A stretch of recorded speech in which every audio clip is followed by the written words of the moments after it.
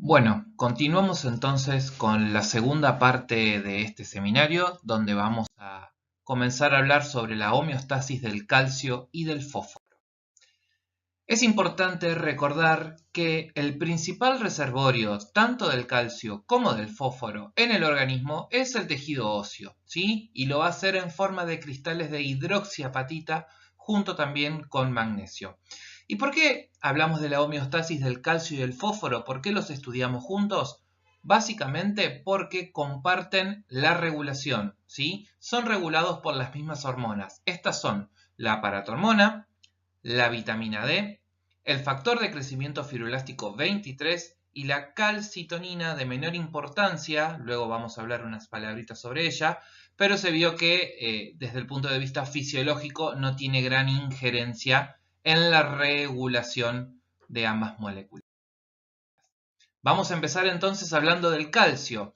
Nosotros sabemos que el calcio es un catión divalente que tiene múltiples funciones en el organismo. Fíjense, por nombrar algunas, participa de secreción hormonal, la contracción muscular, nerviosa, exocitosis, participa en activación e inactivación de enzimas y fundamental el rol que tiene como segundo mensajero intracelular asociados a proteínas G. También participa sobre la formación del hueso, la división y el crecimiento celular y la coagulación sanguínea, como veremos luego durante la cursada de sangre. Vale destacar que nosotros podemos encontrar el calcio en plasma de tres maneras diferentes. Del total del calcio plasmático, la mitad, es decir, un 50%, se lo encuentra en su forma ionizada, lo que llamamos como calcio libre, ¿sí? Que es calcio filtrable. Un 40% va a estar unido a proteínas, principalmente la albúmina. Por lo tanto, esta porción del calcio plasmática a la que se encuentra unida a proteínas no va a ser filtrable. Y el 10% restante lo vamos a encontrar formando complejos con diversos aniones inorgánicos, entre ellos, y uno de los más importantes, el fosfato, pero también puede estar con el citrato. Este 10% también va a ser filtrable, es decir que del calcio plasmático total, el 60% va a poder filtrarse y el 40% restante no, porque está unido a proteínas, como bien dijimos, principalmente la albúmina. Fíjense que la concentración de calcio en plasma, sí, el calcio ionizado, es de 1 a 1,3 milimol por mililitro. Volviendo a hablar un poquitito de lo que es el balance interno y el balance externo, como habíamos mencionado en potasio, dijimos que también era aplicable para calcio y para fósforo. Fíjense, de un total de 1000 miligramos de calcio que ingresan en la dieta, 800 miligramos van a eliminarse por las heces y 200 miligramos por orina. Esto en relación al balance externo, pero fíjense, el balance interno, ¿sí? Al cual vamos a hacer alusión en unos minutos, ¿sí? El calcio va a encontrarse en distintos lugares del organismo, el intestino, el hueso y por supuesto el riñón, con todas las hormonas que van a regular su concentración en sangre.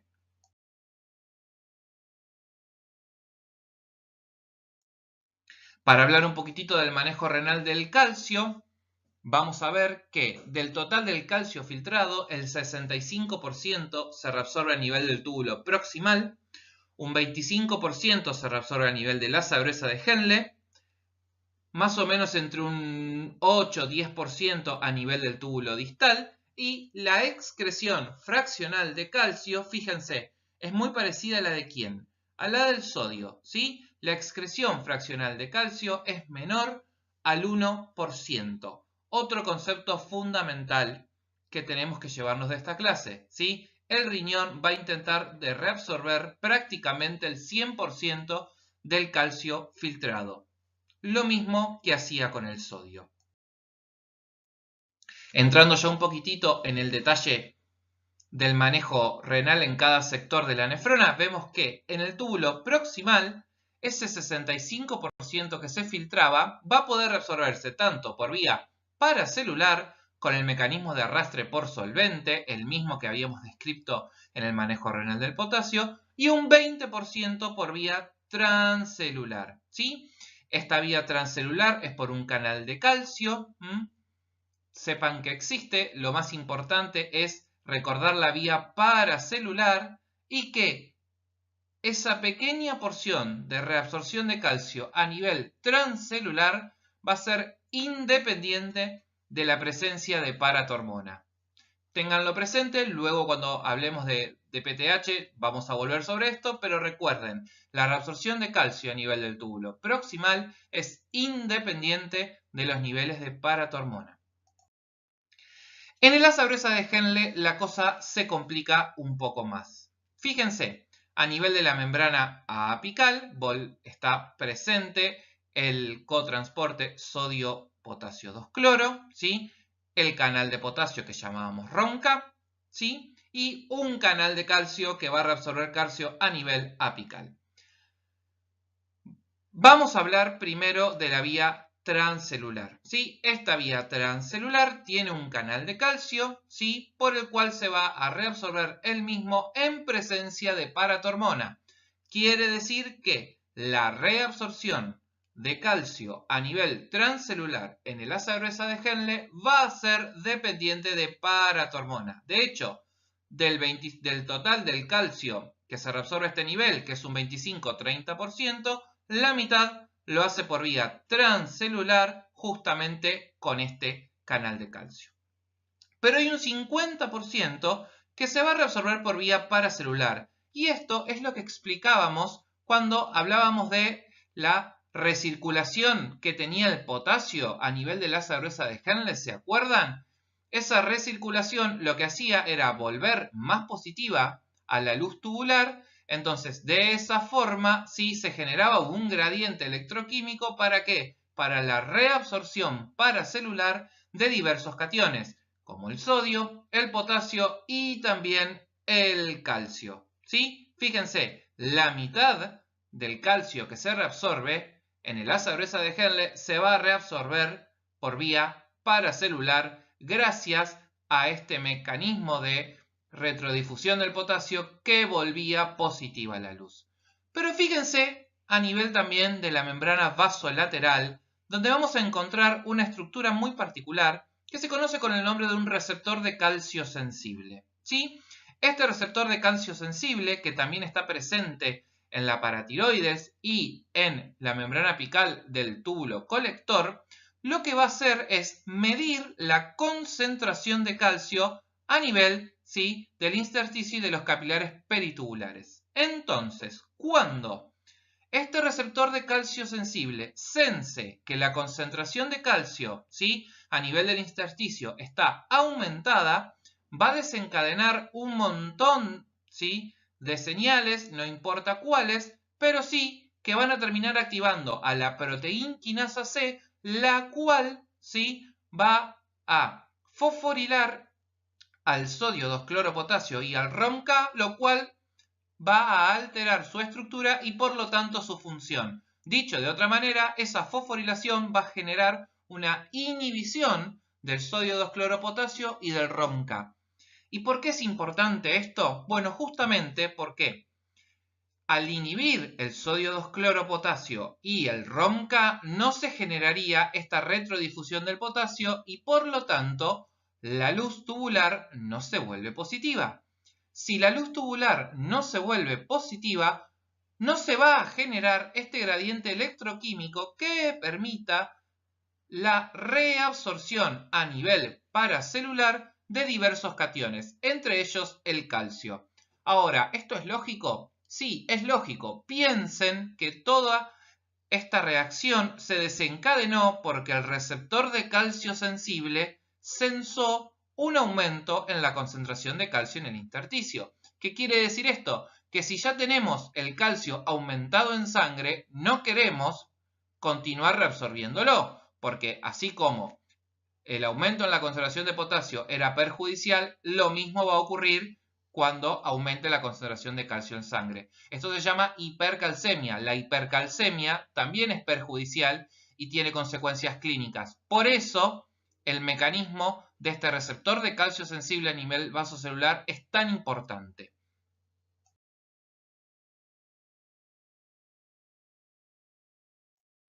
Continuamos, el calcio a nivel del túbulo distal y colector va a reabsorberse 100% por vía transcelular. Recuerden que en la nefrona distal prácticamente no hay reabsorción a nivel paracelular por las características del epitelio, ¿sí? Y esta reabsorción transcelular se va a dar por medio de un canal de calcio que se conoce como ECAC, o también lo pueden encontrar según la bibliografía de donde lean con el nombre de TRPV5. No tiene gran importancia, solo que recuerden, sí, que es un canal de calcio a nivel de la membrana apical de la nefrona distal y que es dependiente de paratormona, ¿sí? De hecho, donde se descubre por primera vez la acción del paratormona es justamente ejerciendo su acción en este canal, ¿sí? 100% dependiente de la presencia de paratormona.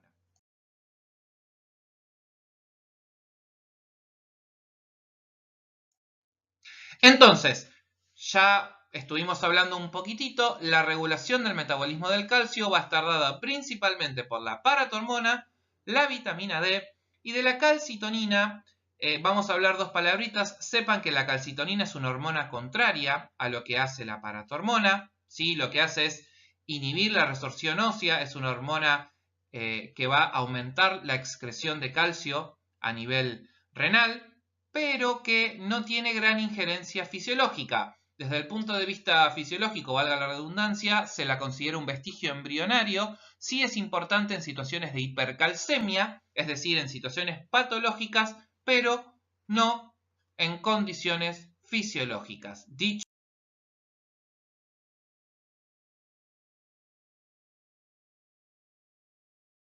esto, entonces vamos a hablar de la paratormona, que es la principal hormona reguladora del metabolismo del calcio y del fósforo.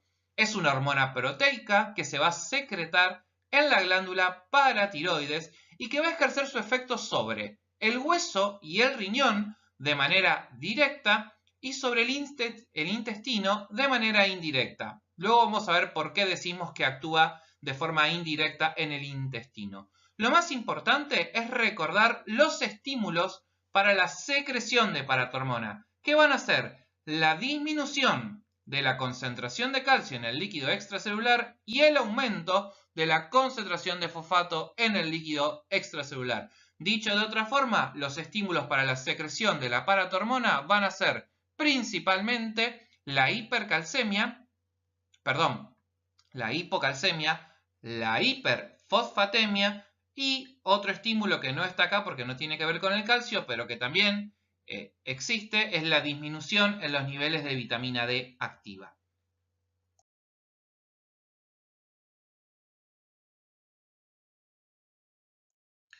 Para que vean nada más que aquí en lo que es la glándula paratiroides también encontramos el mismo receptor de calcio sensible que estaba en la membrana vasolateral de la asa gruesa de Henle, que lo que va a hacer es justamente sensar la concentración de calcio en el líquido extracelular y de esa forma va a modular la respuesta disminuyendo o aumentando la concentración de paratormona y por ende su secreción. Entonces, para ser un poquito más gráficos, fijémonos, una disminución en la concentración de calcio plasmática o un aumento en la concentración de fosfato son un estímulo directo para la secreción de paratormona por la glándula paratiroides. Esta paratormona lo que va a hacer es ejercer su efecto a nivel renal, aumentando la reabsorción tubular de calcio, ¿sí? Principalmente en donde lo que va a hacer es aumentar la probabilidad de apertura de los canales de calcio que estaban presentes en el asa gruesa de Henle y en el túbulo distal. Va a disminuir la reabsorción tubular de fosfato. Si su estímulo es la hiperfosfatemia, es lógico que intente disminuir su reabsorción. Y va a participar también en el metabolismo de la vitamina D. Va a favorecer la conversión de una forma 25-hidroxi a otra que es 1,25-hidroxi vitamina D. Luego hablamos del tema, ¿sí? Pero a su vez tiene un efecto directo en el hueso, ¿Qué va a hacer en el hueso la paratormona? La paratormona va a activar a los osteoclastos. Recuerden que los osteoclastos lo que hacen es participar en la resorción ósea y de esta manera liberar calcio y fosfato al torrente sanguíneo justamente para tratar de aumentar la concentración de calcio. Fíjense, hablamos de su efecto indirecto sobre el intestino. ¿Por qué dijimos que tiene un efecto indirecto? Porque la paratormona no actúa per se en el intestino, sino que lo va a hacer gracias a que estimula la formación de vitamina D activa y esta vitamina D es la que va a aumentar la absorción de calcio a nivel intestinal.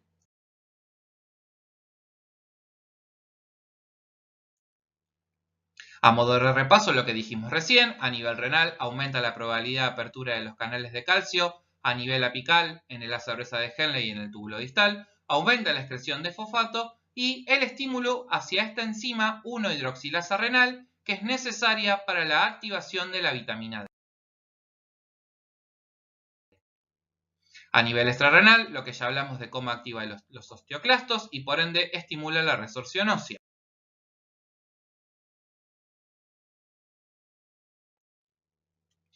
Vamos a hablar entonces de la segunda hormona en importancia para la regulación del calcio, que es la vitamina D.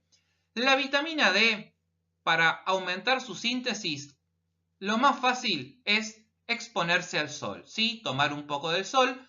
La luz ultravioleta que generan los rayos solares va a generar un montón de reacciones a nivel de la vitamina D, de la piel, perdón, aumentando los niveles de vitamina D. Esta es una vitamina D que no es activa, ¿sí? Para poder generar su función necesita de dos hidroxilaciones. Una a nivel del carbono 25 que ocurre en el hígado y otra hidroxilación que es la 1,25 a nivel del riñón, ¿sí?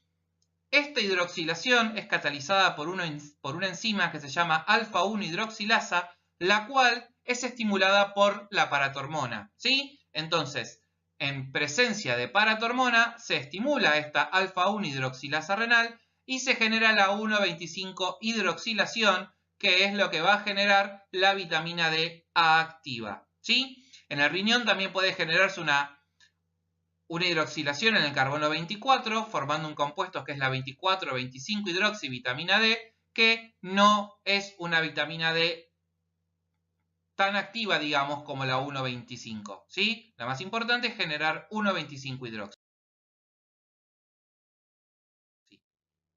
¿Y qué va a hacer la vitamina D? La vitamina D va a aumentar la absorción de calcio y fosfato a nivel intestinal y también va a aumentar la absorción de calcio y de fósforo a nivel del epitelio renal. Específicamente hablando del calcio, lo que hace es aumentar la expresión de calvindina a nivel del túbulo distal, lo cual va a generar un aumento en su reabsorción. Ahora bien,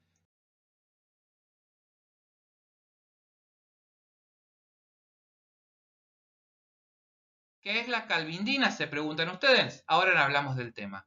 ¿Cuáles son los estímulos entonces, sí, para la síntesis y liberación de vitamina D? La disminución en las concentraciones de calcio, fosfato y vitamina D en el plasma y la paratormona a nivel renal, sí, porque activa la alfa-1 hidroxilasa renal.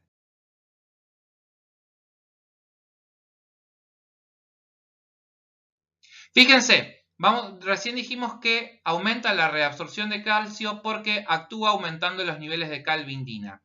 ¿Qué es la calvindina? La calvindina es una proteína que va a funcionar como carrier del calcio en el medio intracelular. Fíjense, esta es la membrana apical, ¿sí? Esta es la luz intestinal, podemos hacer la analogía con la luz tubular. El calcio ingresa a nivel apical y una vez en el medio citoplasmático debe unirse a la calvindina para transportarlo desde el extremo apical hacia el extremo vasolateral.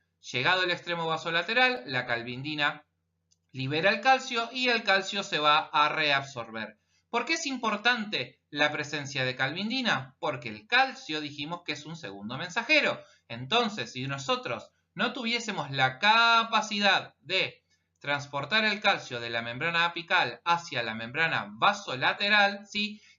desencadenaría un montón de transducción de señales y se perdería calcio para poder ser reabsorbido. Al aumentar la síntesis de calvindina, tenemos mayor disponibilidad de la misma, por lo tanto, más calcio forma el complejo calcio-calvindina, más calcio va a ser transportado hacia nivel vasolateral y luego reabsorbido.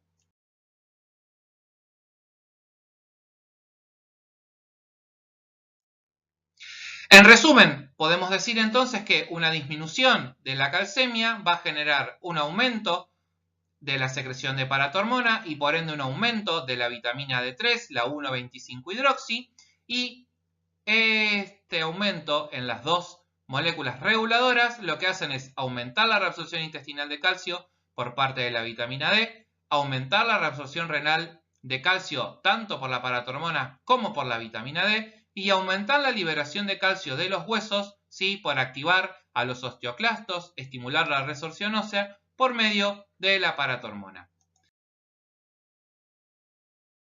Encontramos también factores que van a aumentar la reabsorción de calcio, como bien ya dijimos, la paratormona, la vitamina D. Hay otras como la concentración del líquido extracelular, la alcalosis, las tiacidas y el amiloride. Esto van a hablar en una actividad del práctico. Como también vamos a tener factores que van a disminuir la reabsorción de calcio a nivel renal, ¿sí?, como el aumento del calcio plasmático, la expansión del líquido extracelular, una depresión del fósforo, ¿sí?, y algunos diuréticos como la furosemida o la acidosis. Vuelvo a lo mismo, hay una actividad en el práctico donde vamos a poder seguir discutiendo del tema.